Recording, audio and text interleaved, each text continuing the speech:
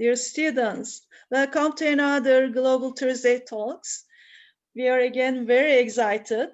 We are hosting Wayne Ross from Canada. He's a very well-known scholar, educator, and he has an influence on all of our studies so far. At least we read at least one of his articles, and more than this, he's a good friend of us. We have met in conferences in earlier times, in normal times, many times, and I'm honored to have Wayne Ross today. Welcome, Wayne. And I'm also honored to have participants all over the world from different countries, and I'm very proud that many people from the world, from different parts of the world, are attending our events, our talks, and it is increasing. We are becoming a family. In every event, we see that we are extending our reach to remote part of the world, and this is very important for us, as the persons organizing, starting these events, and we appreciate your your support. This is a very important support for us, and it keeps us motivated to continue with this connection. This is a great connection with you, and we will be here a longer time, and there will be future events, and we will be together, maybe in different activities. So can you please write your name to the chat part and where you are attending from, so that we can, connect you maybe in future times, and then we will get to know where you are from and what context maybe you are in, and this is important for us. Okay, thank you. Okay, welcome again, and Eda, floor is yours. Thank you. Some of our participants have already started writing where they're coming from. So greetings to New York, Wales, Iowa, Canada, and it's nice to see our Turkish colleagues. Great, Cardiff as well. So you can put all the information in the chat box. I'm going to remind some general reminders about the webinar. And then I'm going to introduce our host, Dr. Fatma Mızıkacı, and our speaker, Wayne Ross. So it is great to see you, and thank you for showing up for another Global Thursday Talks event. It has been around 6 months since we started. So for a better webinar, please stay mute. So it is important for the speaker and also for the other participants to follow in a more clear way. And please use the chat box to type your comments, your questions, and your insights. We take care of them. I mean, we care a lot about your comments and the chat box. And after the webinar, we just, compile the notes and send it to our speakers. And there will not be a question and answer part for this talk. We will be asking questions that we have compiled from the participants before the talk. But again, make sure you put your questions. If we have time, I guess we might just refer to them. Today, we will have a dialogue with Wayne Ross on curriculum. And before we start our talk, let me introduce our host, Dr. Fatma Mızıkacı. Dr. Fatma Mızıkacı specialized in curriculum and instruction, and she's currently an associate professor at Ankara University, Turkey. And she has been recently hosting Global Thursday Talks on education. And our distinguished speaker, Wayne Ross, is a professor of education at the University of British Columbia in Vancouver, Canada. He specializes in curriculum studies and social studies education. In recent years, his principal research interests have been the influence of the educational standards and high-stakes testing movements on curriculum and teaching. Investigating the surveillance-based and spectacular conditions of postmodern schools and society, Dr. Wayne's aim has been to develop a radical critique of schooling as social control and a collection of strategies that can be used to disrupt and resist the conforming and anti-democratic and anti-collective education, schooling, we can say. And he describes this as dangerous citizenship, I think I can say. So everyone, please help me welcoming a leading name in education, Dr. Wayne Ross. Thanks, Eda. Thank you all for having me. Thanks to my Turkish friends in particular.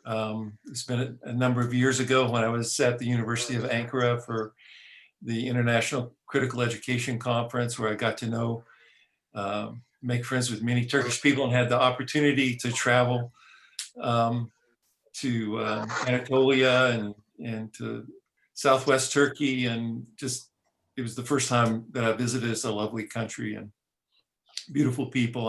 I'm just really honored to be here today. And tonight, I guess for some of you, this in the morning for me. I also want to say that it's just great to see all these people from all over the world that are here. Even if I don't know you, I'll count you as a colleague and look forward to getting to know you better. Okay, we're honored again. Okay, ladies and gentlemen, our friends, our colleagues, the man you are seeing here, Wayne Ross, is not only a scholar, he's not only an educator, he's an activist. He is an activist in its real meaning, and my question will be about his journey to become an activist, to become an education activist. Okay, Wayne, to start this interview, we would like to ask you about your journey to become an activist, because you are the person who can move things around, and you are a person who are co-founding, who is co-founding of the Roche Forum, Cultural Logic, Works and Days, Workplace, Critical Education, such and such. You actively got involved in these movements. I call these all as movements. And you started things, to get people together. And how did you start this? What was your drive to do this, and what life experiences shaped your thinking? Because these are not very easy to do, I know. For example, did you have support from the institutions that you have worked with, or who were your colleagues, who were your friends in this journey? Thank you for that question. I think it's a good one, and it causes me to do some soul searching, which I've done over the years. First of all, I'll say that I think of education as a process of becoming. It's a process of personal transformation. And when I look back across my own experiences, that's what I see for myself. I was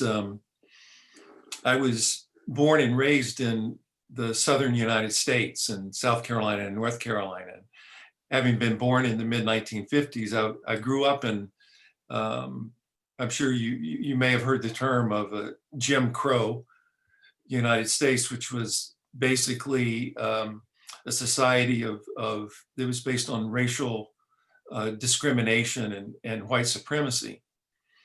And I can't separate who I am from from those origins, I think that context, and also the context of being raised in a family of a ultra-conservative, evangelical, Christian fundamentalist, Pentecostal minister, those two contexts really shaped my worldview in an unusual way, because I was kind of like, if you've ever read Irving Goffman, the sociologist, particularly his book Asylum, he talks about these worlds that are captured within worlds, and I was from very early on quite aware of the racial discrimination and the racial segregation that I was living in as a white person, but then also in an ultra-conservative Christian community that itself was separated from what I saw as a kid as a normal community, where we had very strict behavioral guidelines. So I think for me, my sense of justice and equality was really shaped by growing up in an apartheid society, and it wasn't until I was in secondary school that I went to a racially desegregated school in Charlotte, North Carolina, and experiencing the violence and the tensions of racial desegregation in the South. I think really had a huge sense on me. So the sense of place was very important. And one of the things that I have done in recent years is tried to work through that a bit. And I wrote an intellectual autobiography. I'm just going to throw the link up in the chat. That if you're interested in more on that angle, I would direct you there. I have had, one of the things that has been really important are the colleagues that I've had, academic colleagues in particular, in my career. People like Rich Gibson, who was at Wayne State and San Diego State, Kevin Vinson, who was at the University of Arizona and then at the University of the West Indies, Valerie Ukapang, also at San Diego State, David Hirsch, at the University of Rochester, Perry Marker at Sonoma State in California. I've been lucky to have a partner who is also an academic, and that's been an important source of support for me. And my colleague Stephen Petrina at the University of British Columbia. So all of those people have been important. And Rich Gibson and I started the Rouge Forum back in, the origin story of the Rouge Forum is basically one that comes out of a professional meeting. I'm sorry if I'm going on too long, but I think this point's particularly important. That's fine, yeah. The Rouge Forum started at a professional meeting in Phoenix, Arizona in 1994, at the National Council for the Social Studies, which is the US Professional Association for Social Studies Educators. And there were two events that happened there that really brought a group of progressive social studies people together. One was, there was a teacher by the name of Sam Diener who was peacefully leafleting at a concert that was happening at the conference. The concert was, by the way, by the United States Marine Corps Band, and his leaflets were about keeping the military out of schools. And the president of the National Council for the Social Studies asked the Phoenix Police Department to arrest Sam Diener for trespassing. The president of NCSS at the time was a social studies professor from the Arizona State University. His name was Robert Stahl. Sam Diener ultimately went through 3 years of hearings and trials and was found guilty of trespassing. That event really galvanized people in Phoenix to support Sam. And there is a story of that we published in JSEP's, David Hill's journal. I just put the link in there. The other thing that happened at NCSS was the meeting happened, this is in 1994, remember. I know it sounds like ancient history now, but California had passed a proposition called Proposition 187, which was an anti-immigrant proposition that required all government employees, including social workers and teachers, to report undocumented people to the US Immigration and Naturalization Service. And we had proposed a resolution to the organization that the National Council for the Social Studies should condemn that proposition and refuse to meet in California until it was repealed. But the organization rejected that proposal.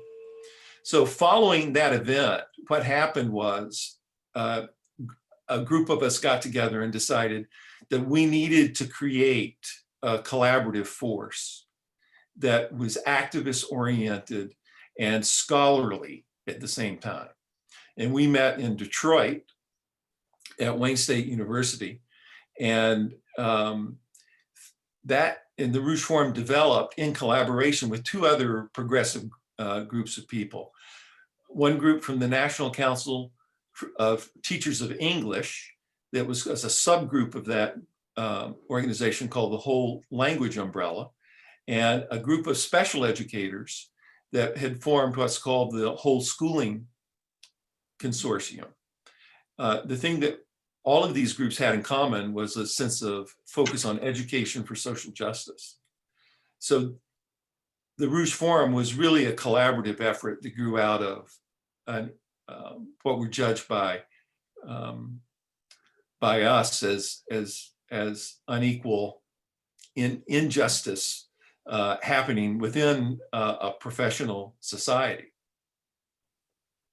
The short versions on some of the journals, Workplace, a journal for academic labor, is a journal I got involved in that was related to my interest and activities in labor organizing, in particular at the higher ed level when I was at the University of Louisville.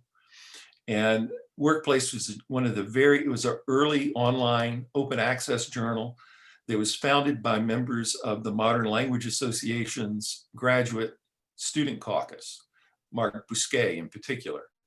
And I co-edited an issue called Building a K-16 Movement for Workplace that was intended to be about labor organizing and labor issues in K-12 schools, primary secondary schools, as well as the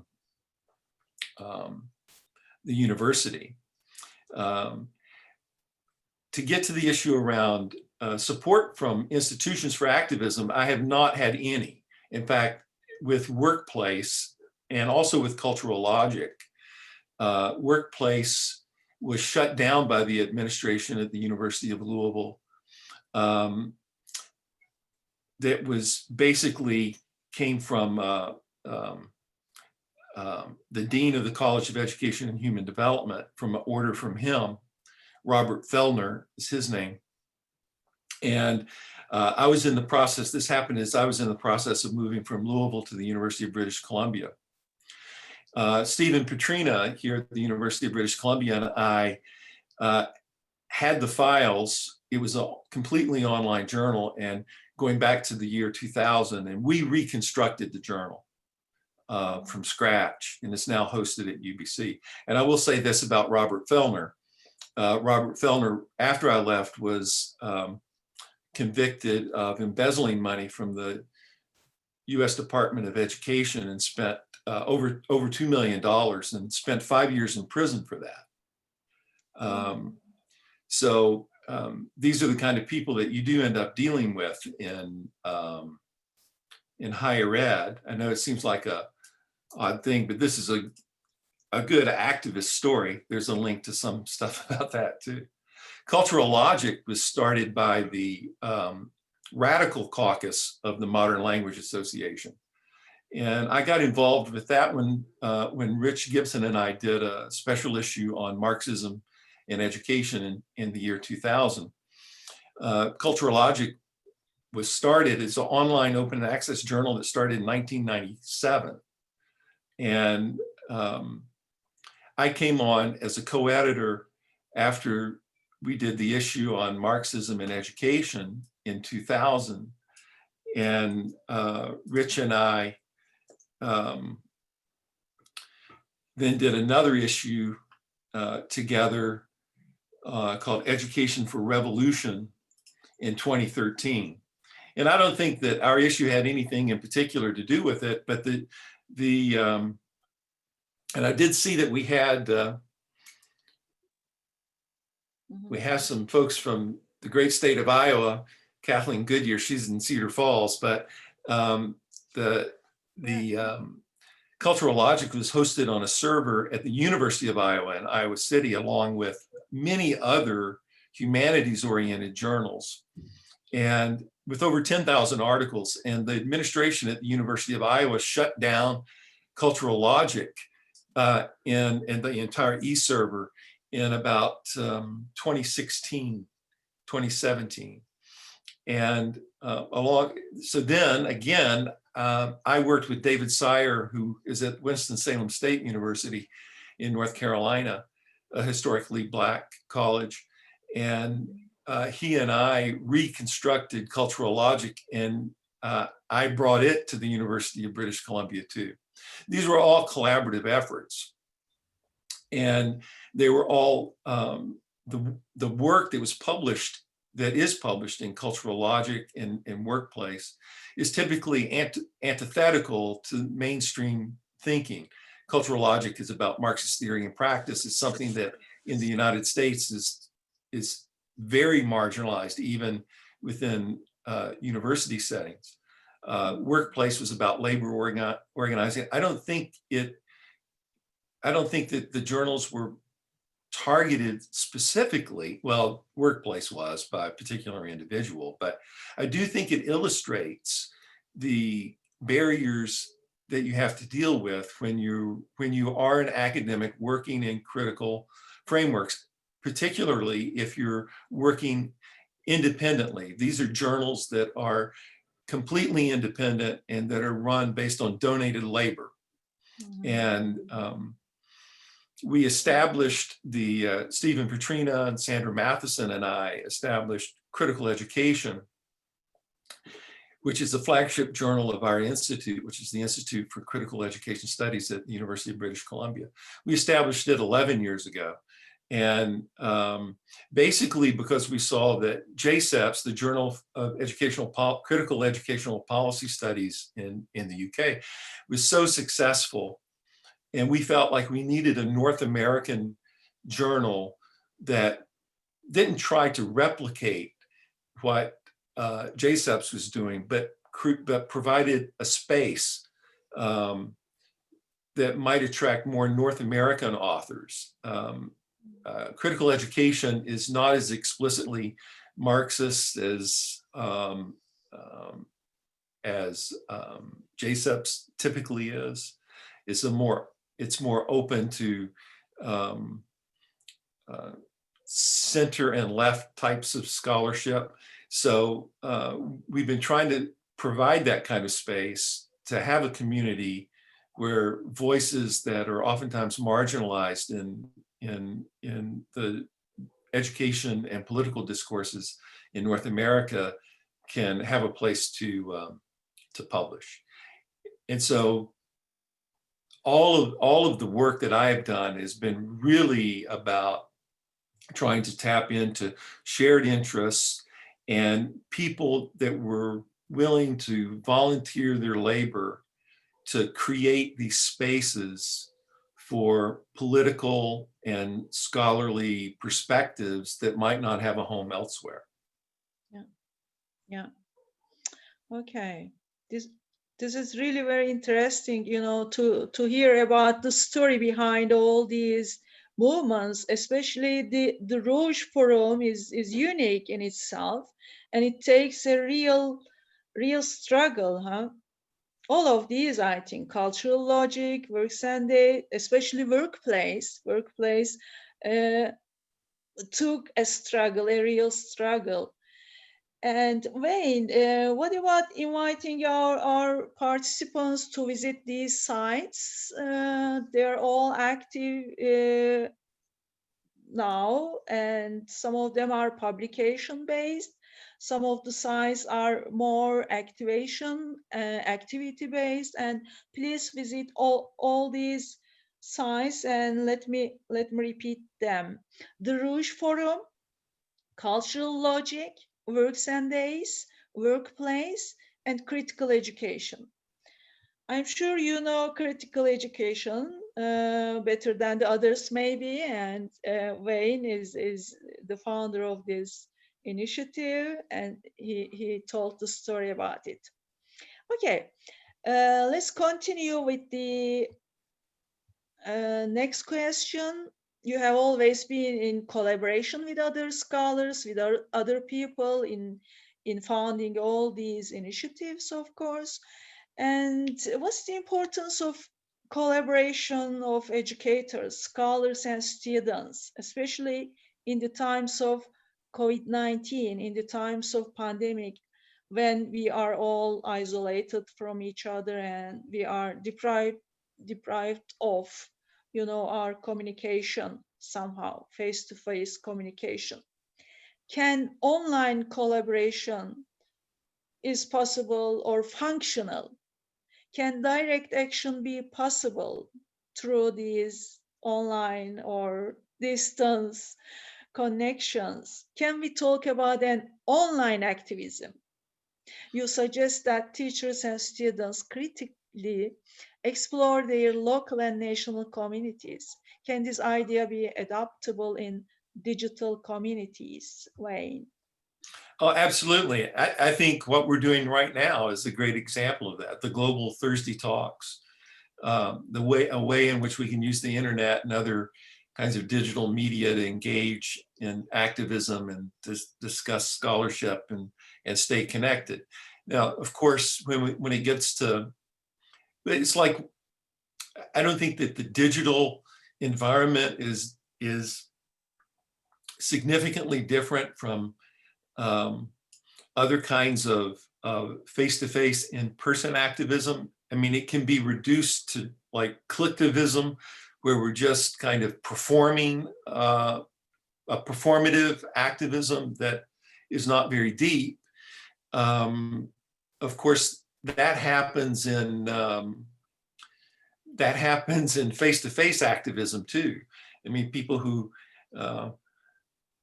engage in bumper sticker activism or performing in activism without actually integrating that into their work and carrying it forward in serious ways. So I think that the Global Thirsty Talks is a great example. I think that the work that I was talking about with the journals, those journals were all internet based, and people contributing to them, the editors and editorial board, have always worked in a digital format. So I think those are solid examples that we have great experience with.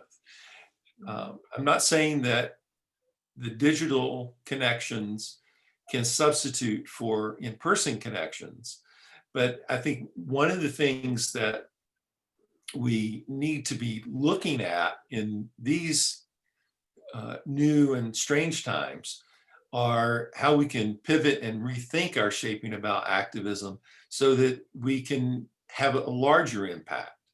Now, I was thinking about some examples. I mean, still, there are people in the streets. I mean, there have been people in the streets in Portland, Oregon, around Black Lives Matter issues and around anti-police violence issues for months. They're still there. You can find on Instagram, on anarchist account on Instagram called Black Powder Press, with videos of barricades that were built just yesterday and the day before, closing off streets in in Portland, with anarchists attacking police with paint. I mean, there is still real person activity happening. Paris, France, we can see that the activities there. There's still a space for being in the streets. What we can learn from, and we can learn from those, and I think we do learn from those activities, from the protests around the deaths of George Floyd. Those are pedagogical opportunities. The Columbia University students are organizing to withhold their tuition fees around the way that they've been treated. That's happening right now. The rent strikes that are going on in the UK with students at Manchester, University of Manchester, who got a 30% reduction in their housing fees. Now, that was a combination of digital and also going out and tearing the fences down and occupying the residence halls in Manchester. And then that has moved on. And so now there's a whole number of universities in the UK where students are organizing rent strikes. Plus you have various other kinds of labor strikes that have happened. So I don't want to create an either or, but I think there are ways for us to imagine the advancement of our activism and the building of our communities online that could actually strengthens our activist stances in person. Of course, there are real risk involved now with being out in the streets. And I mean, I'm a person, and we were talking about this right before we came online, I've been very conservative about, my associations during COVID and keeping a very small bubble and keeping to my household. But hopefully, the situation that we're in now is that our isolation is going to ease up. But I think that we should not abandon, that we should look to the strategies and the tactics that we've used digitally, using Zoom, Skype, social media, and try to take a greater advantage of those opportunities. I think both in terms of activism and also pedagogically. And I know all of us have been in a learning mode about remote teaching, and I've learned quite a bit. And I think that what I will carry forward from my experiences around remote teaching is going to have a profound effect on my pedagogy once I'm able to be back in the classroom again. Yeah. Wayne, maybe we will find other ways, new ways to be active through online, right? Because every day we experience something, and every day we take lessons, we learn lessons from this experience. It's really different for all of us, but we are getting used to it, and we are inventing, we are creating something new every day. Yeah. Okay, thank you. Mm-hmm. So, speaking of online experience in terms of activism and our pedagogies, I would like to, as a teacher myself as well, it has been, almost 2 semesters now that education has been online globally. So my question is, what are the risks of no school times for educators and for young learners, children? And do you think they become more fragile and bounded to technology? And we know that technology is controlled by the big corporations. So in what aspects do you think have the educators and students have been affected by this online teaching? I think of our increased reliance on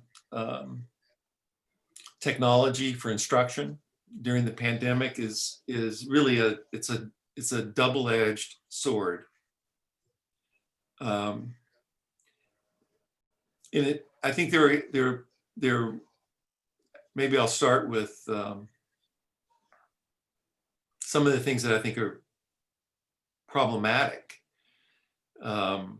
Certainly, when we think about technology, it has been and it continues to be a backdoor threat to public education, to free education.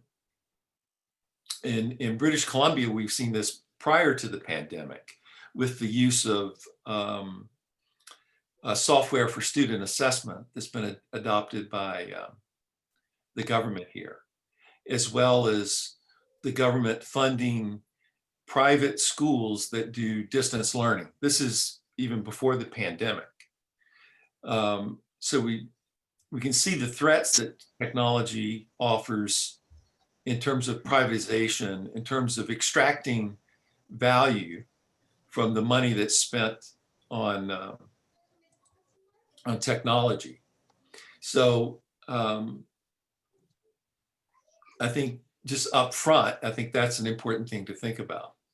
But the pandemic's really been a significant disruption, probably it's the biggest disruption that I've experienced in my career. And it highlights the central role that public education plays, especially regarding the economic and social as well as political life. It becomes much more obvious. So I don't think anybody would wish this, nobody's wished for this trauma, this public health trauma, this social trauma that is created. But I think we do need to consider some of the ways in which we might capitalize on the role of public education, the role it plays in envisioning change in an unprecedented time. Because I don't think the disruption that the pandemic has caused has to be seen as something that we need to get over and through so that we can go back to the way things were. I think that we need to think about it as that opportunity for us to pivot our thinking, to see what it is about how we've had to move to remote teaching that we can carry with us back in a positive way. So what are some of these things that are potential positives? I would say the diversification of the way learning occurs. Outdoors and at home. How can we hold on to that? How can we hold on to the importance of place? In Canada, there's been a huge emphasis on meeting the needs of the most vulnerable students because this has exposed the necessity of vulnerable students having access to schools that provide a whole range of services to them. So how can we hold on to prioritizing responding to the most vulnerable students?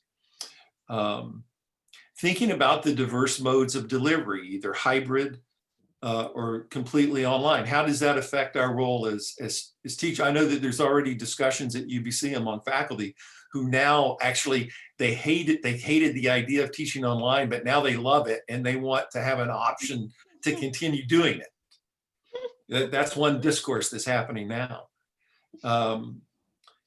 Thinking about who educates. It's not just the teacher in a transmission mode. Rethinking what student progress means, which maybe gets more directly back to your question, Eda. And I'm going to come back. I haven't forgotten about the question about specifically about the children, but I'm kind of stalling. Yeah. The rethinking school timetables and the way schools are organized. I know that that's been done in British Columbia. As schools are meeting, some students, they're not required to, but there are students that are meeting face-to-face, but the students are going to school in cohorts, in limited cohorts, and the timetables have changed. How could we foster informal learning? How could we, parents have become even more actively involved. How can we tap into that? Thinking about schools as community hubs, or the caretaking and public safety role of schools, or the critical issue of food, public schools and providing food to students. Yeah.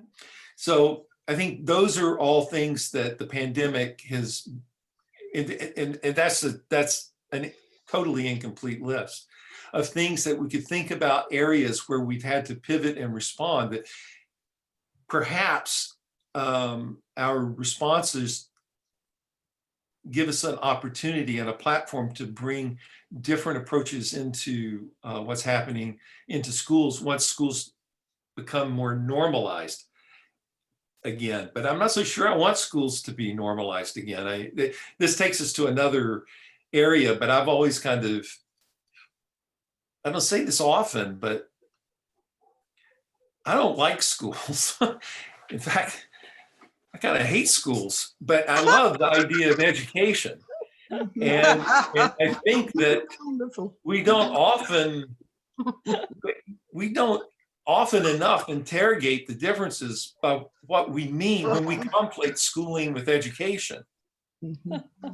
And I think that the pandemic can provide us an opportunity to make some clarifications about that.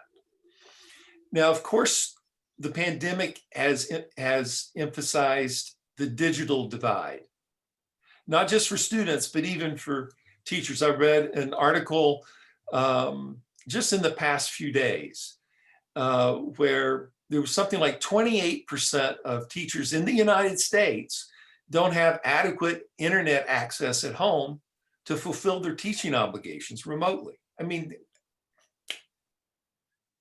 yeah. Why is that? Well, part of it is because the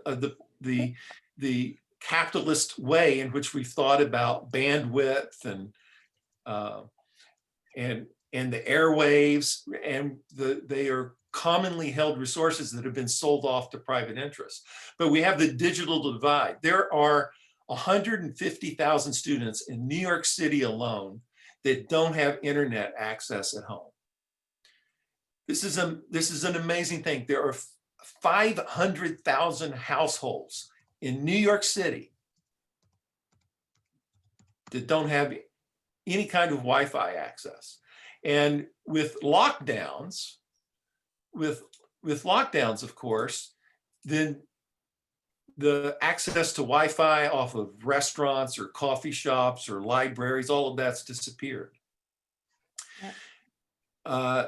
We have teacher burnout because I don't know about you guys, but when we pivoted to remote instruction, we didn't get any release from any other responsibilities. So we were teaching and planning. So I spent the summer, which is typically the time that we're expected to write and research and publish. And I'm trying to do that and trying to plan for my courses in the fall. And I'm teaching my courses in the fall online while I'm trying to plan for my courses in the spring online. But the criteria for judgment of merit and success and whatever else, none of those things change, and there's no extra pay.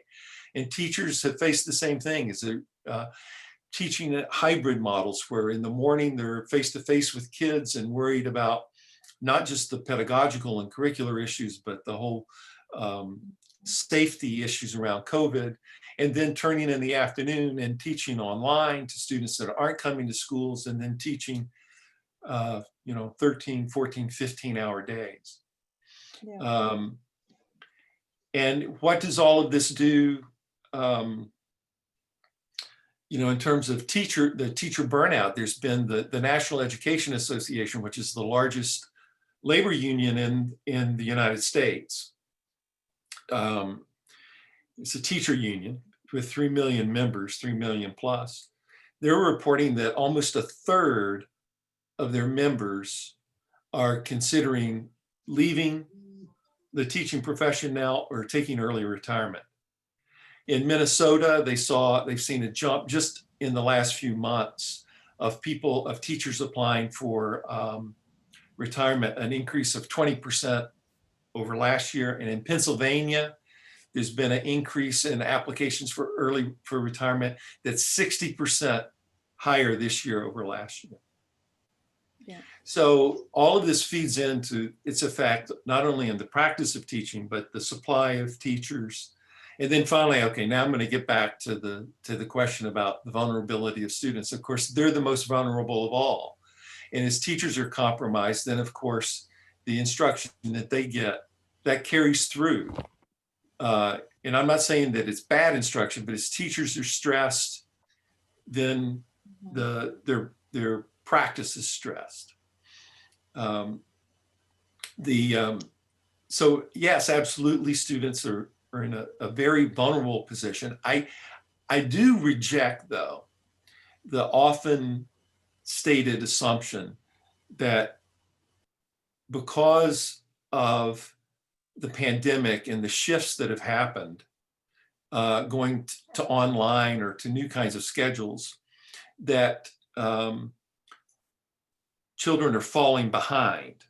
I think that kind of narrative is a neoliberal narrative that quantifies education.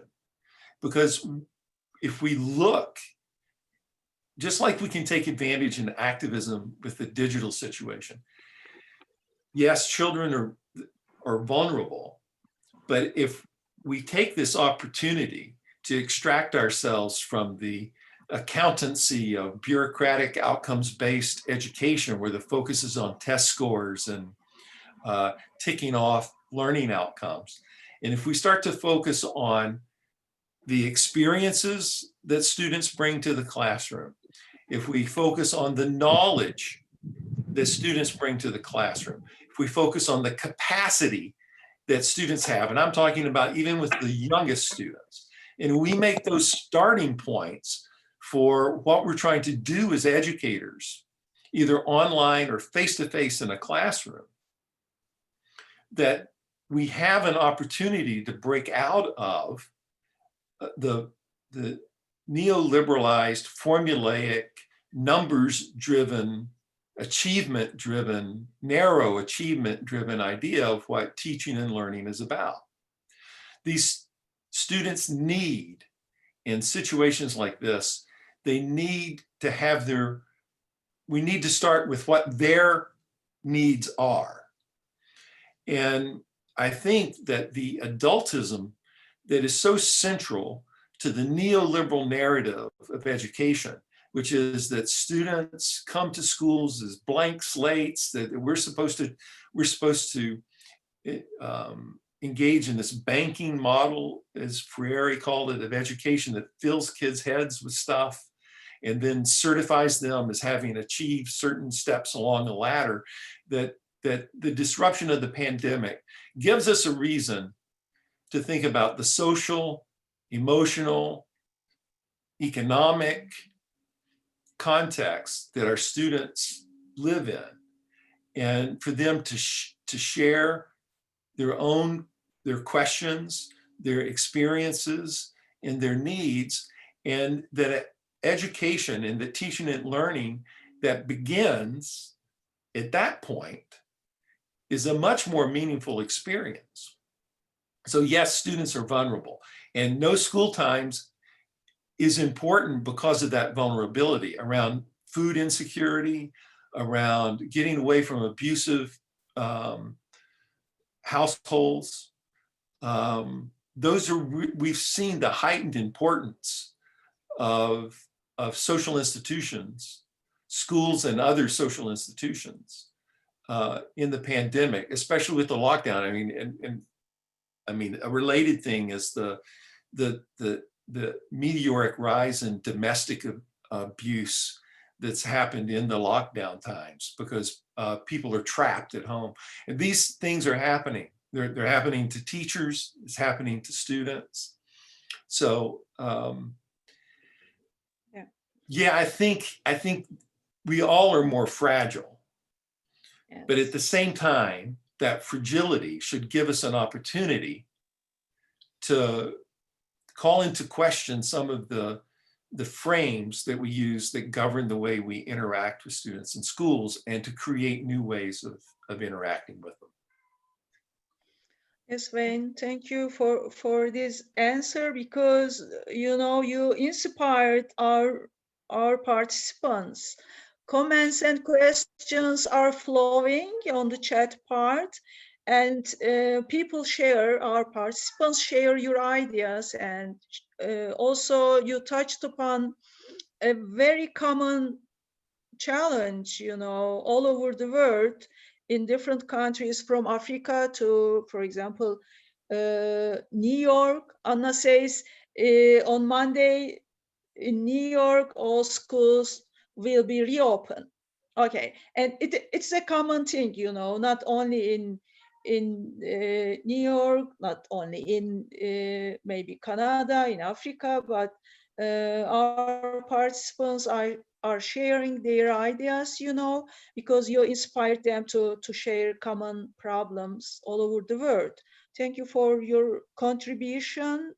And in Turkey, for example, we had opened the schools first, and then after a month we closed down.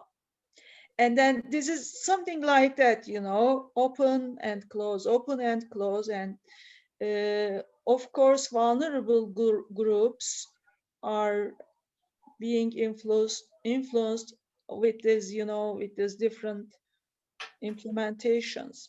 But there are common things. Thank you. Okay. Now let's continue with curriculum issues, which is your expertise. Curriculum is a big issue, especially these days. We have to touch on this curriculum thing. I will ask you some deeper questions about your curriculum perspective, your curriculum studies. But first, please explain us, what is this dangerous citizenship? A short question. Yeah. But the answer will be long, I know. Well, in a nutshell, how can I put it in a nutshell? Well, I'll start by saying that this goes back to the issue of schooling. And, I said earlier that I hate schools, but I love education.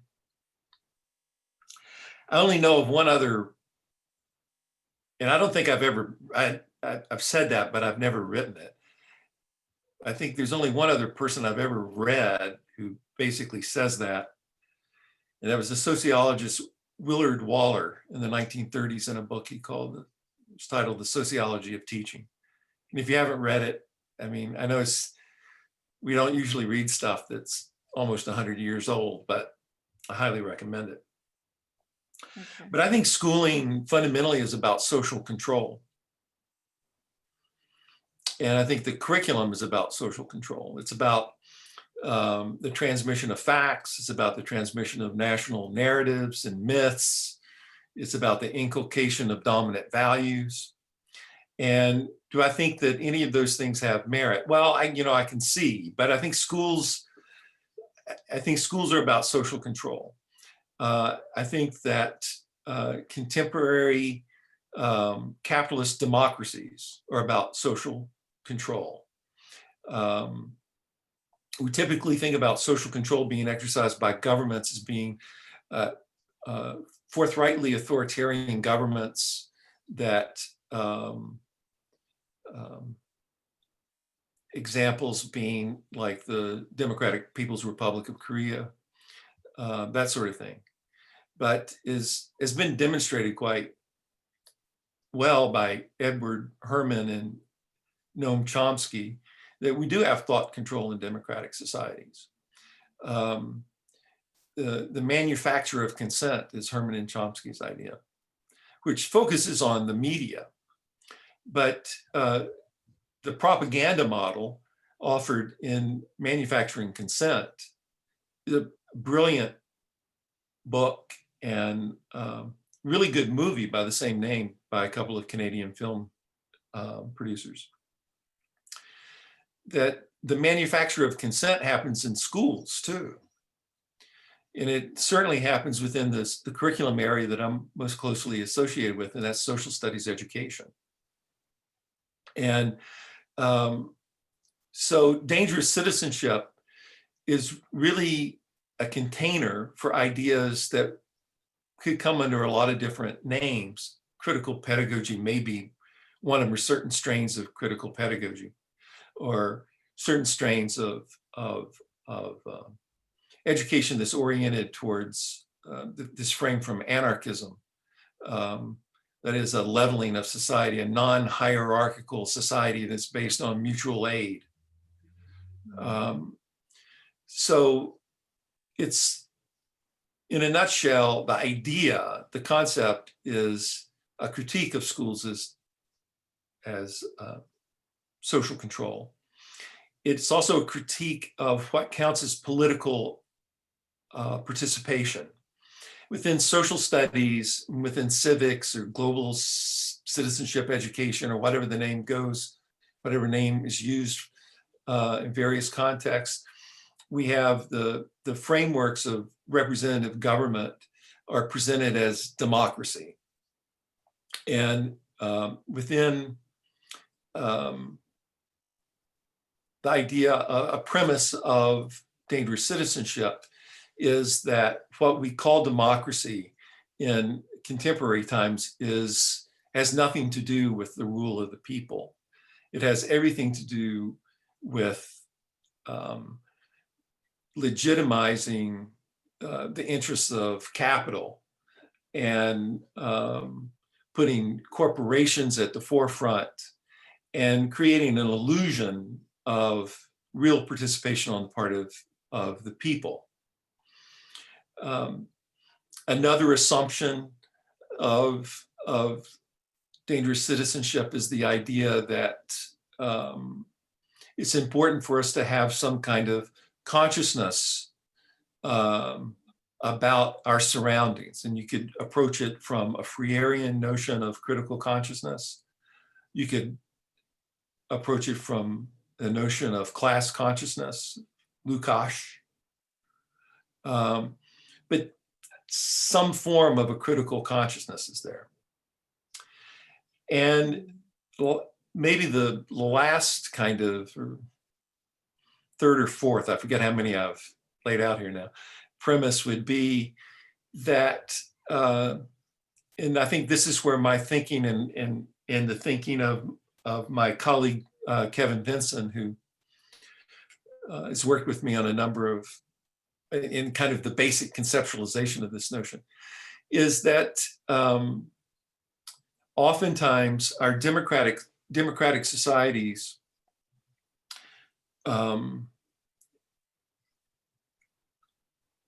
frame political participation in a way in which there is only a marginal, only a very narrow margin for dissent. And the dissent has to happen within a regulated framework, within a legitimized framework. So what really happens in social studies and civics curriculum is people are taught, and in the political discourse as a whole, people are taught to be obedient. Civil obedience is the key. Participation in democracy is very shallow. It's narrow. It's in so-called democratic countries, it's reduced to a choice on a menu. Mm-hmm. Sometimes there's two choices, column A, column B. Sometimes there's 3, sometimes there's 5, sometimes there's 10, but there's only those 10 that you're choosing from. And when there is a multiplicity of choices, even when there's only 2 choices, we get told that we need to be strategic about what is possible. Don't vote, you'll waste your vote if you vote for that party. You need to vote for a party that has the potential to win. These are all ways in which civil obedience becomes the core of what it means to be a democratic citizen. So I think the final idea, the final premise in the notion of dangerous citizenship is that the problem with democracy in societies, and the way we teach about democracies in school, is we have too much civil obedience and we don't have enough civil disobedience. Yeah. So what's dangerous about dangerous citizenship is the idea that being a dangerous citizen is being dangerous to the status quo. It's about being dangerous to the hegemonic ideas that exist in society. And that goes from the smallest kinds of disruptions that are even mundane to large-scale disruptions, like in Portland, Oregon, attacking police because of the police brutality and the police executions that are all too common in the United States. That's civil disobedience.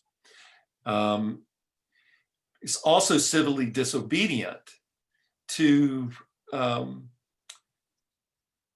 steal time from work,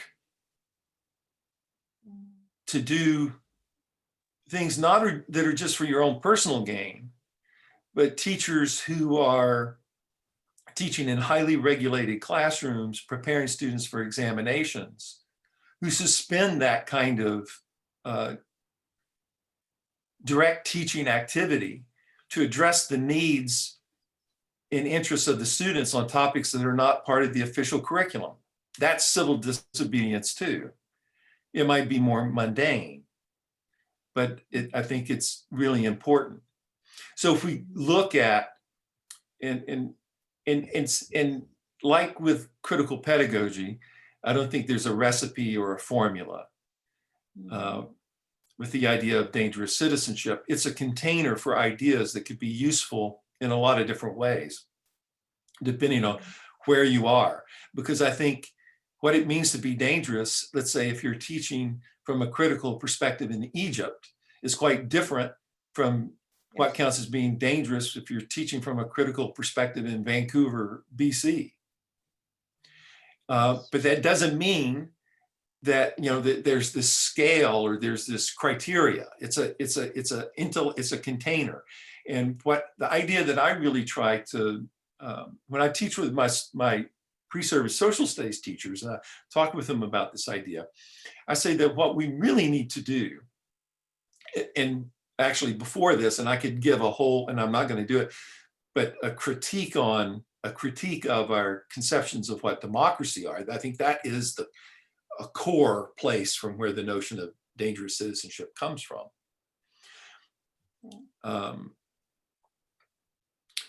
But we have to look for other kinds of imaginaries to pull as pedagogical imaginaries. And for me, I think I've been very interested in for a long time in left anarchist arts-based political activism.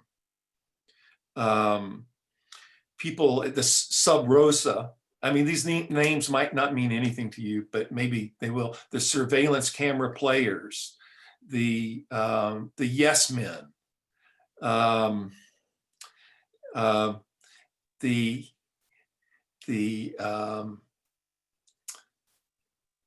there's a whole bunch of them. And so there's a book and a website that's called Beautiful Trouble. That's the place you should go. I can't spell. Beautiful Trouble. Okay. Trouble.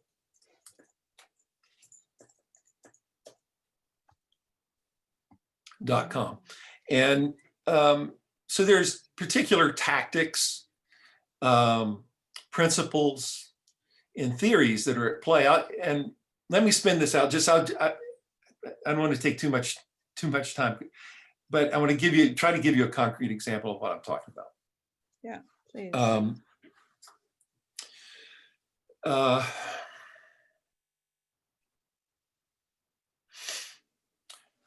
Temporary autonomous zones. This is an idea that was developed by Hakim Bey, I don't know, many years ago. A temporary autonomous zone. Now, you may have heard of an event that's happens out in the desert in California that's called Burning Man. And it's basically a community that rises up out of nothing and exists for a few days, and there are really no rules. There's lots of drug taking, there's lots of music, there's lots of kinds of behavior that wouldn't be tolerated in everyday life in a typical community. But it pops up for a few days and then it disappears. The point of Burning Man is not to try to create policy changes. It's not to confront the government. It's not to foment a revolution, but it's to create a space for free activity to happen. Freedom of thought, freedom of behavior. Mm-hmm. Even that which we think is maybe bizarre or dangerous. Mm-hmm. There's something pedagogical that can be taken from that in a mundane way from a classroom teacher. If I start to think about my classroom as potentially being a temporary autonomous zone where I can subvert what's required of me in terms of teaching to a test or an examination or just transmitting facts, if I can create an open space that is an ephemeral space, it's not a space where I'm trying to say I'm a revolutionary radical teacher that wants to change the way things happen in my school or in my school district. You're not doing that. You're just saying, okay, what would serve the interest of my students? And I think this is a really important part of Dangerous Citizenship, that it's about instigating human connection, and it's about collaboration, and it's about fostering equality, and it's about thinking of the needs of others. And if I can create a temporary space out of my classroom, then like a temporary autonomous zone, I think that's an important idea. I'll give you another example. Temporary autonomous zone.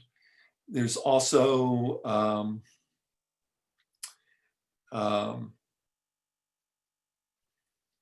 it's a related idea. A French sociologist, Michel Desserteaux, wrote a book called The Practice of Everyday Life. I'll throw this 1980s sometime. Another old book, if you haven't read it, it's worth reading. Where he talks about a concept he calls la perruque, pardon my French. It means the wig. And the way Desserteaux talks about this, he talks about it in terms of workers. And he gives a couple of examples. One is a secretary in an office typing a love letter on company paper, on the company typewriter. Remember, this was written in the 1980s. And while she's being paid to do other work. The other example he gives is of a carpenter who uses a lathe and a piece of wood to make something for his own personal use, using his employer's tools and supplies. Now, Desserteaux goes to lengths to say that this is not about pilfering, it's not about making profit, but it's about diverting resources of your employer to a different end. This is a really, I think, potentially useful pedagogical idea for teachers to think about. How can I engage in la perruque? How can I divert the resources of the school? How can I divert school time in such a way not to teach to the objectives that the school wants me to teach to, but to teach to objectives, going back to what I said earlier, that respond to the experience of my students, to the capacities of my students, to the knowledge that my students have, to instigate that connection so that I'm no longer teaching a subject, I'm engaged in a learning exercise with the people that are in front of me. Yes. Those are two examples of what I call looking for a pedagogical imaginary that's outside of education, but brings these ideas, these activist ideas, into rethinking our own teaching. And they don't have to be revolutionary. They can be, you can think of them as insurgent. You can think of them as very mundane acts.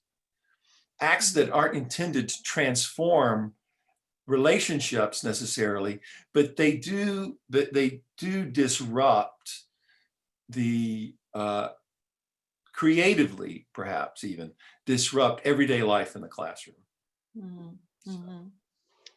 Okay, this is about what our students really do need to see this, and maybe every teacher here, every educator here should create their own curriculum in their classroom, right? Under these conditions. Okay, thank you, Wayne. Sorry. So we have some comments about digital activism, and you mentioned some ways where teachers can be empowered, and they can also empower their students by offering, creative and dangerous, and safe spaces. And there is also a question about, how to move to a civil obedient, disobedient digital platform as well. And my question is actually about digital era. So we talk about artificial intelligence and the analysis of big data, machine learning, automation, robotics, and biotechnology, virtual reality, and there are some new forms of energy storage. So with all of these, do you think curriculum studies, teachers and teacher educators have lagged behind in the digital era? And are these the digital, devices, let's say, or revolutionary items, are these related to the content of curriculum or methodology of curriculum? So what do you see about the future of curriculum and curriculum studies? Should we ignore or resist? I don't think we should ignore. Or evolve. Yeah. I mean, your first question, I mean, have we lagged behind on like AI and big data in curriculum studies? Yes, absolutely. Do I think that's a bad thing? No. Very clear. Do I think we should ignore it? No. But I don't think that I don't believe that technology, rephrase, I believe that technology itself is neutral. It's a tool. So I don't think we should feel necessarily, we shouldn't feel threatened by AI, or we shouldn't be threatened by big data in and of itself. Okay, I'll say that. But what we do need to do is to question the objectives and aims of the way technology is used.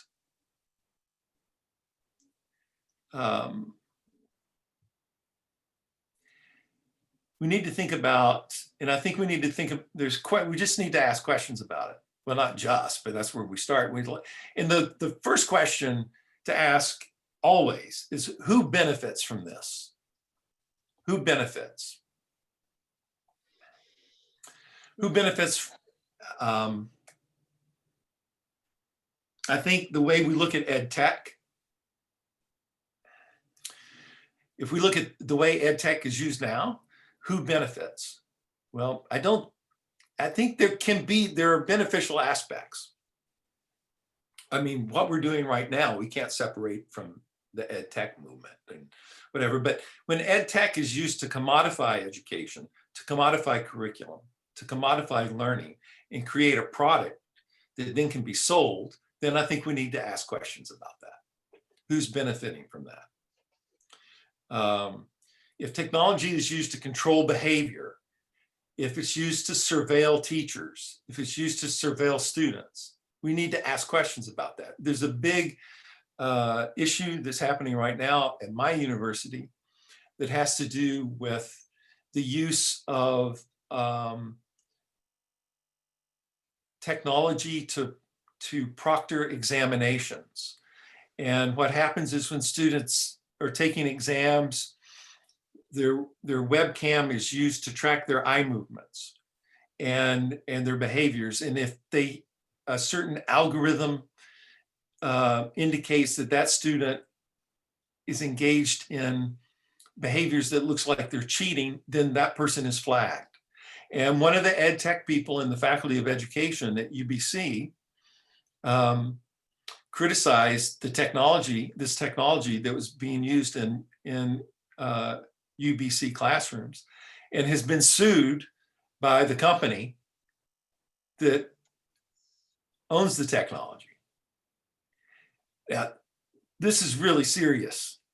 I mean, so we definitely need to be asking questions about this, because this is technology, this is a surveillance of behavior that's problematic from my point of view.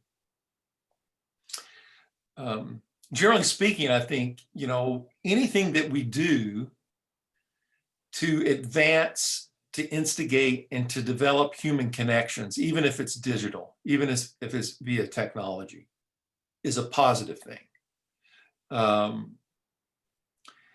But then, I mean, and this goes back to my distinctions between schooling and education. If I think of education as this process of becoming, that is transformative of self, and it's fundamentally transformative of the way we understand ourselves and the way we understand others and the world and our relationship to our environment, and technology can play a part in that. But I think the controlling aspects of technology are the things, and the commodification aspects of technology are things that we really need to be concerned about. Okay. Okay, Wayne, let's continue with universities. What's your perspective about the universities changing today in the direction of corporates, maybe, for the interest of corporates? Why do you think corporates are interested in universities? What's the balance here? That's the easiest question I've ever been asked. And I'm not criticizing it. Okay. I mean, but it's just like, I could, well, you just follow the money. You just follow the money.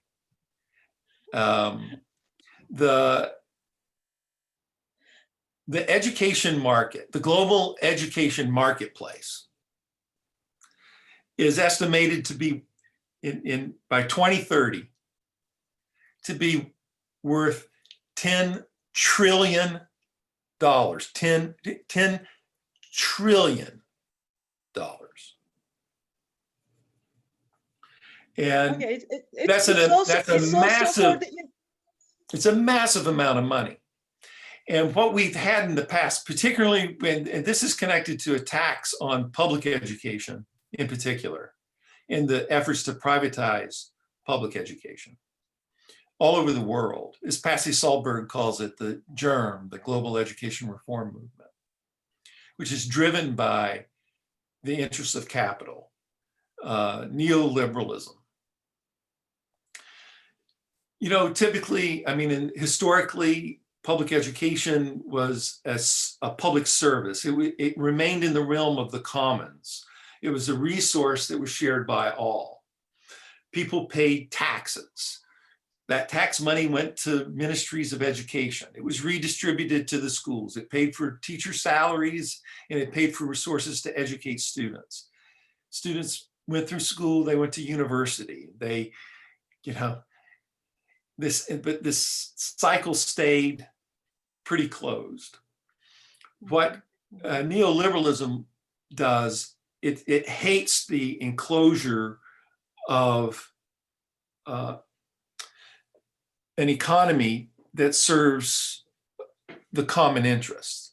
Neoliberal capitalism wants to destroy the commonwealth, and it wants to make the commonwealth into private wealth. So it has to disrupt this cycle of public schools serving the public interests. So what happens is, at a discourse level, going to university is not about obtaining an education and expanding your mind. It's about investing in yourself, developing skills so that you can enter the marketplace and sell your labor better. So it's about the extraction of commonwealth. It's about moving commonwealth into private profit, whether it's the corporate shareholders or whether it's individuals. So I think that's why corporations are interested in education, in educational institutions. They're not interested in education at all. They're interested in the credentialing process. They're interested in patents that are produced at universities. They're interested in selling textbooks. They're interested in building school buses. They're interested in shaping the curriculum so that education becomes not about a process of understanding yourself and society, but it becomes a process of preparing a workforce to serve the interests of corporations. It's the creation of education as a commodity. So I'll give you just a couple of examples that are very specific to my locality, the province of British Columbia on the west coast of Canada. After years and years and years of cuts to the education budget, to the school budget in particular, the Ministry of Education altered the School Act in British Columbia to allow for a couple of things to happen. One, it allowed school districts to sell seats in their schools on the internet, in the international marketplace. So what we have in British Columbia is a system where any school district can sell a seat. And typically this means, typically this costs about, well, the basic tuition is anywhere from $12,000 to $18,000. Depends on whether it's an elementary student or a secondary student. But then, of course, the other costs in that are involved in like housing, et cetera, et cetera. And the target is, the main target is the Pacific Rim. And of course, the biggest target is the People's Republic of China. So there's a huge influx of students, so much so that in some popular districts, and the most popular districts are already the most wealthy districts that sell international seats. Sometimes they sell so many international seats in their schools that if a Canadian student moves into the school district, there's no room for them. And they tell them they have to go to school in another public school district because they've already sold all the seats that are available. Okay, now that is an entryway of privatization into public education. What it does is it forces schools, they don't get the money they need from the government, so they have to enter the marketplace to sell the seats. This happens at the university too. And my own university has one of the largest percentage of foreign students in the world. And it's a great thing. It's a great thing, except the motivation, when you read what the president says about our international campus, that's one thing. But the reality is the bottom line. International students at the University of British Columbia pay 7 times more tuition than a Canadian student. 7.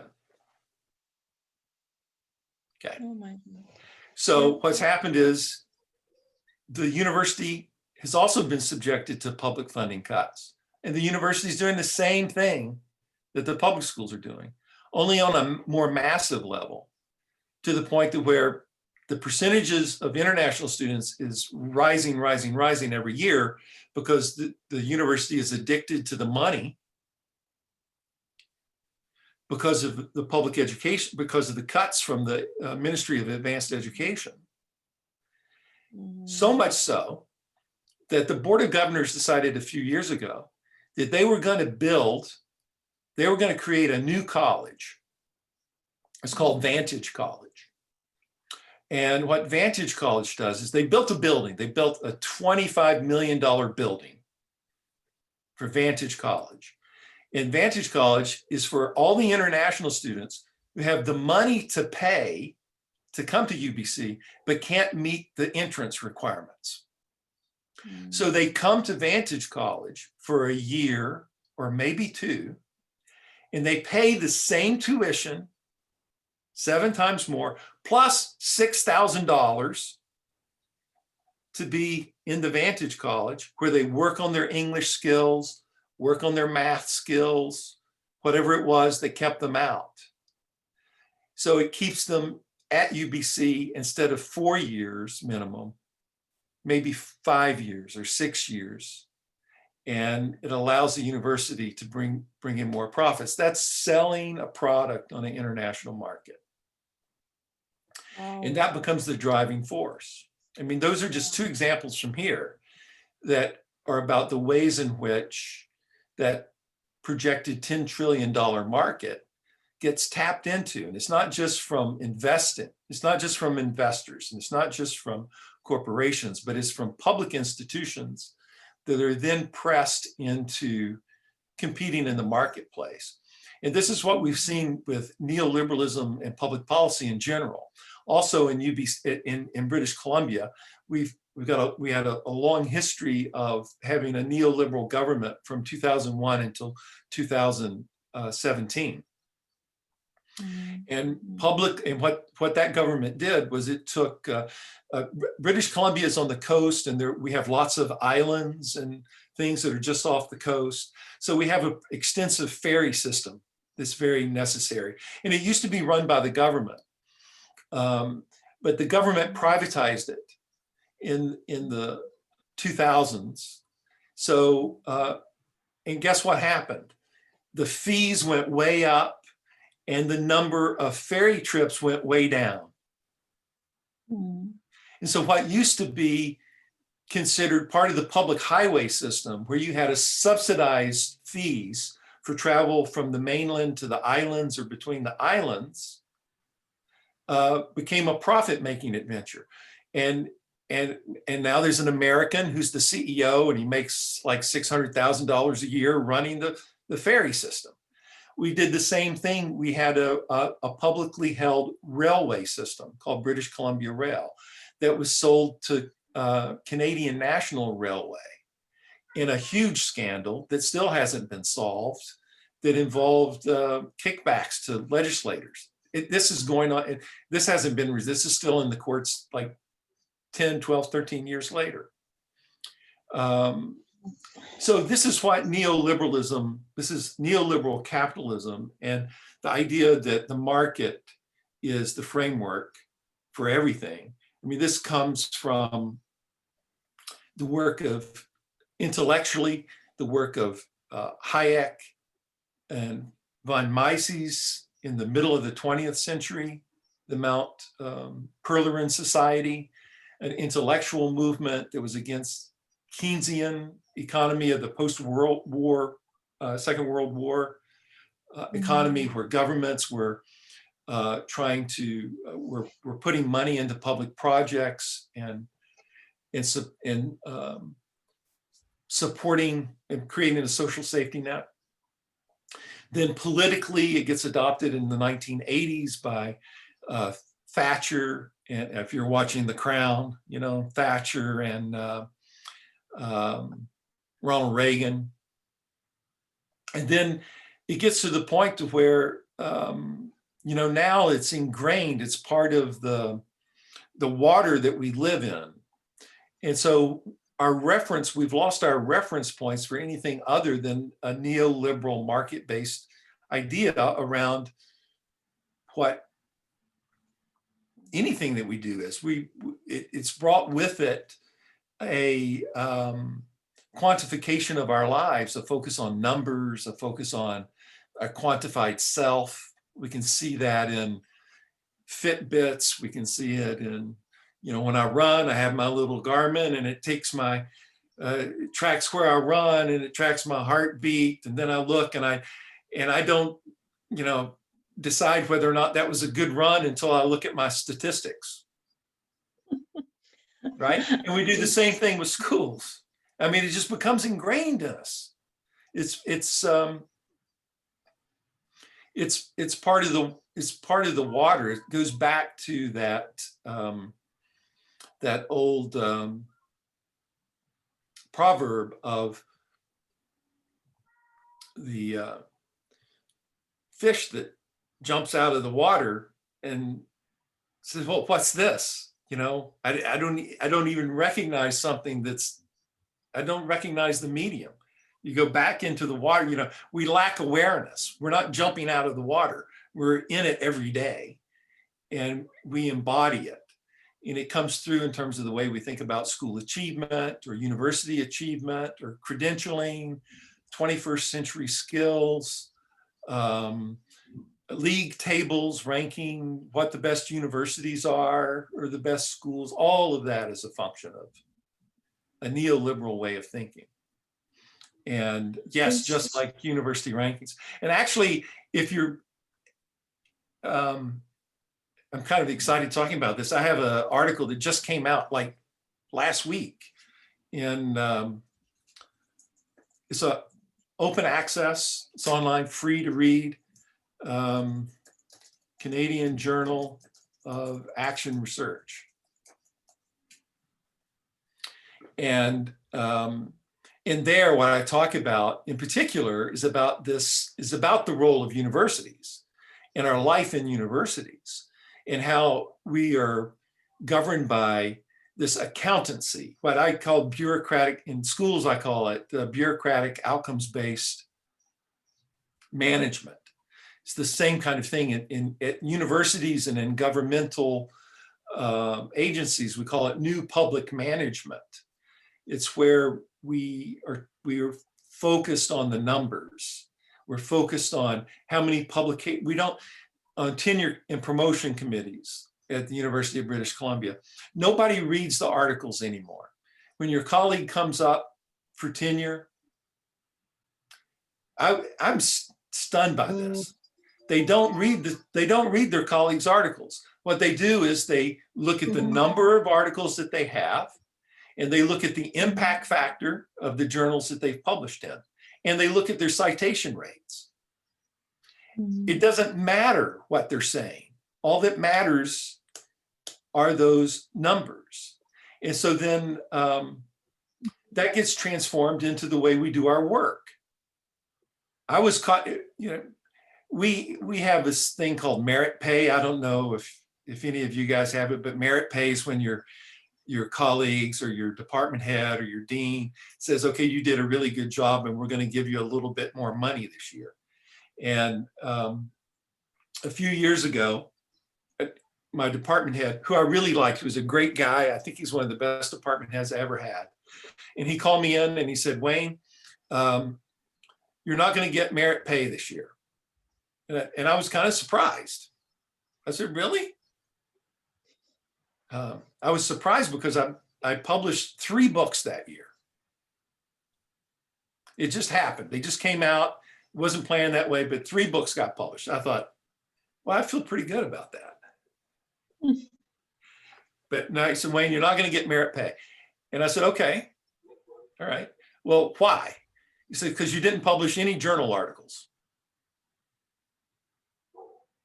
And we want journal articles because journal articles are the thing that helps the university's reputation the most, because they go into they look at the web of science, and your books don't show up on Web of Science. So it's only the journal articles.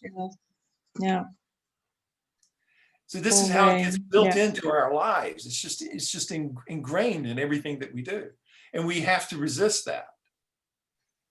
And in this article, I talk about that, and I talk about some ways in which we, in particular, the ways we could think about using forms of participatory action research to create awareness about how neoliberalism governs our lives as scholars, as work, as academic labor, in ways in which we could try to resist. Okay. Let's underline this. Web of Science is one of the biggest corporates in the world, right? And we are suffering from the same problems. Okay, thank you so much. but I want to ask you something about, maybe to summarize your last comments about university and corporates and these complex relations. Actually not very complex, easy to understand, and the amount of money you mentioned is beyond understanding, you know, beyond imagination of a normal person, and all these complex issues, and none of them has nothing to do with education, right? All these issues, all these interests, all these relationships, everything, but nothing to do with education, nothing to do with public good, nothing to do with individuals, welfare, right? Well, I think it has to, I think what it does, what neoliberalism does to us is it takes the discourses that we have around education and it narrows them down, makes them very narrow. So education becomes more about skills. Education becomes more about particular kinds of skills. You've probably heard the discourse of 21st century skills, which is really a corporatized idea of what education should be about. It's workforce preparation. It's not preparation, it's not a process of becoming, as I keep saying about the way I think about education, a process of self-understanding, understanding yourself in relation to society and your capacity for agency to act on society. That's not part of it. So the idea of education becomes about graduates, how many credentials are produced.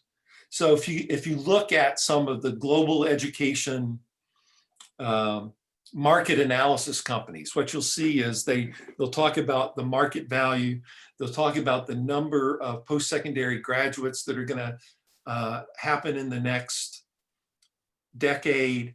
They'll talk about how many teachers are needed in order to teach the number of students that are coming into schools.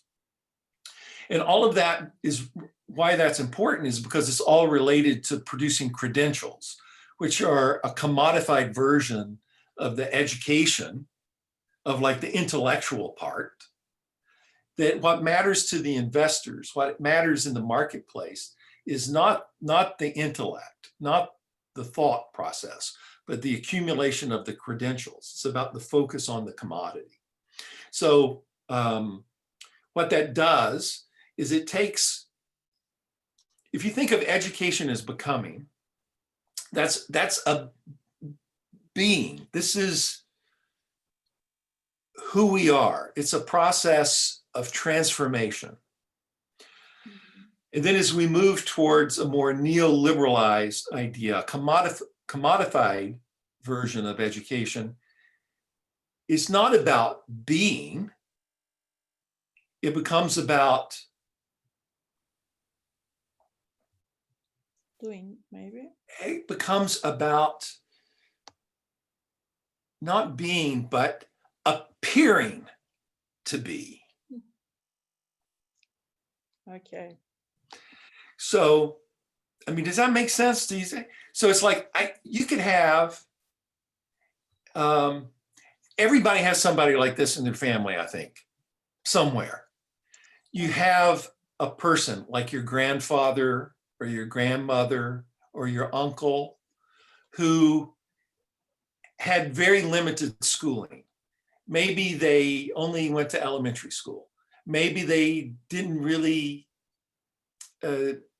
read or write very well, but they're brilliant. They're really smart and they're perceptive. And you'd say, well, and a lot of times they'd say, well, what do I know? I'm uneducated, but they're brilliant. They have brilliant minds and they do really fantastic things. That's like being. They are someone who's important and they have agency and they have capacity, but they don't have a credential. And then there are people, maybe in your family,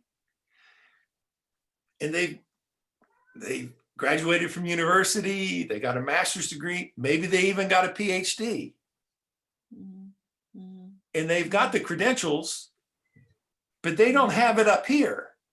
They're very narrowly schooled, but they've got those credentials. So what happens in neoliberal capitalism, as education becomes commodified, we move from the idea of education as a process of transformation and becoming to someone who appears to have an education. It's a degradation of education. In many ways, it's exactly parallel to what I would say, and many others have said, has happened to our notion of democracy. If you read A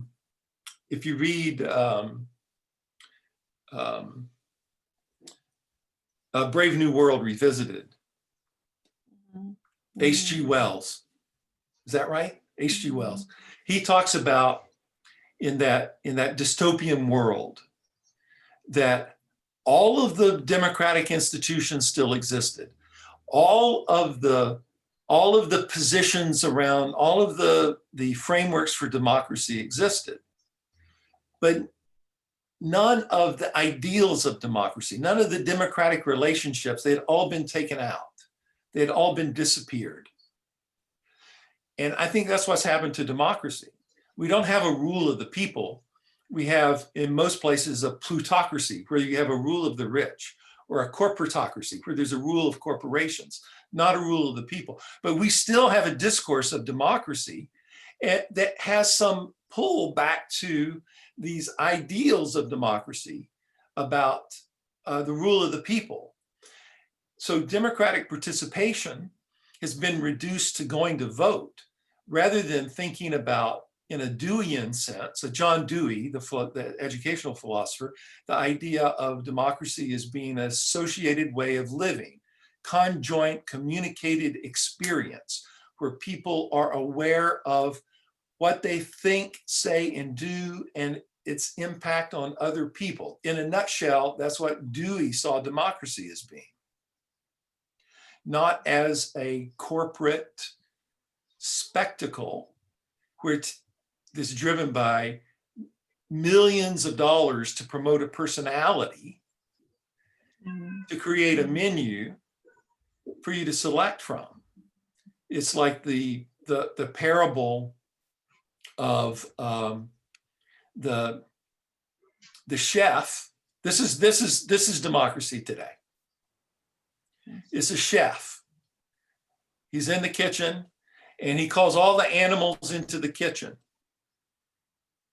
He's got the chicken, he's got the pig, he's got the cow. And he says, I've got one question for you. Yeah. What kind of sauce do you want to be cooked in? Yeah. So it's our freedom to be asked about the sauce. That's our freedom, to be asked.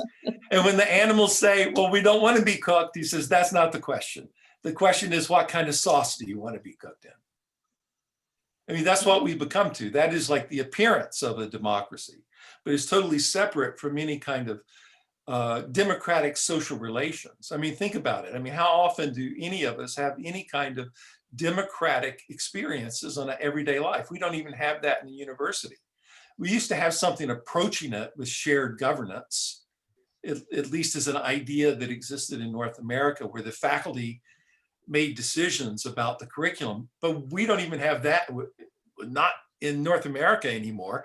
It's all comes down from the top. It's what in a book a few years ago that was called The Fall of the Faculty, was about the all administrative university.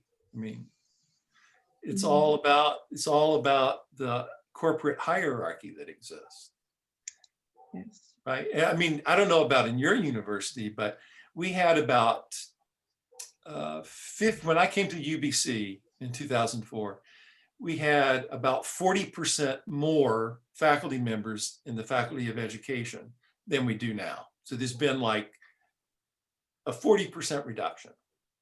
When I came in 2003, we had a dean and an associate dean and an assistant dean. So we had 3 administrators. Now we have 40% fewer, and now we have about 16 deans. And I'm not kidding you, it's like 16 deans, if 40% fewer faculty. And about the same number of students. The student population has stayed the same. So class sizes have gone up and administrator bloat. I mean, that's another example of what I'm talking about, because it's about a hierarchical system that where the agenda comes from above. So universities aren't democratic. Schools are certainly not democratic, even though in a contradictory way, that's the place where democracy is probably going to be most discussed, if it's discussed at all, in social studies classes. But that's one of the reasons I think students become alienated from political participation, is because they never have any kind of real, serious, democratic social experiences in their life. But they're just told about an ideal. And then the experience of it is very narrow, very shallow. Is Benjamin Barber writing, again, a political scientist writing in the 80s and 90s and earlier, talked about the degradation of democracy from a shallow democracy versus a strong democracy, that Deweyan democracy being the idea of a strong democracy that's beyond voting, but is about an attitude, a shared interests that people see with other people. Sorry for going on so long. Okay, this is very interesting and very stimulating, your talk, because we are having so many comments, so many sharings here in the chat part, other questions, but unfortunately we are approaching to the end. We have to, stop here, because it's been now 2 hours, almost 2 hours, and thank you so much, Wayne. This was really very, very good talk and very, very good dialogue between you and our participants. Welcome to our club. Welcome to our network, by the way. And would you like to add something for New Year, maybe coming New Year, something hopeful? Oh, I hope I have been hopeful at points. I've tried. I Yes, tried not to be all negative all the time. You were. I think this is a wonderful experience for everyone. I think this illustrates that we can instigate human connection even when we're physically apart and we are restricted in our travels. I think that we need to think about, I would just implore everyone to think about how do we hold on to our human selves? How do we increase the humanness of our pedagogical experiences? I think that's something that we need to keep at the forefront of our minds as we're dealing with these strange times. And I just wish everyone good health and I hope that we can get through the pandemic in a way in which we've strengthened our human bonds and we haven't become more divided, and not just our human bonds, but our bonds with non-human animals too, in the entire environment, that we come out on the other side of this experience with a raised level of consciousness. That's my hope. That's our hope too. Yes. Okay. Thank you. Nice to have you. Nice to host you. Thank you so much, Wayne. Please keep well. Thank you very much, Wayne. Thanks. Thanks, everybody, all participants. Have a nice year from now on. A new year comes with hopes. Thank you. Thank you and greetings. Bye-bye. Thank you. Happy New Year. Yes, Happy New Year.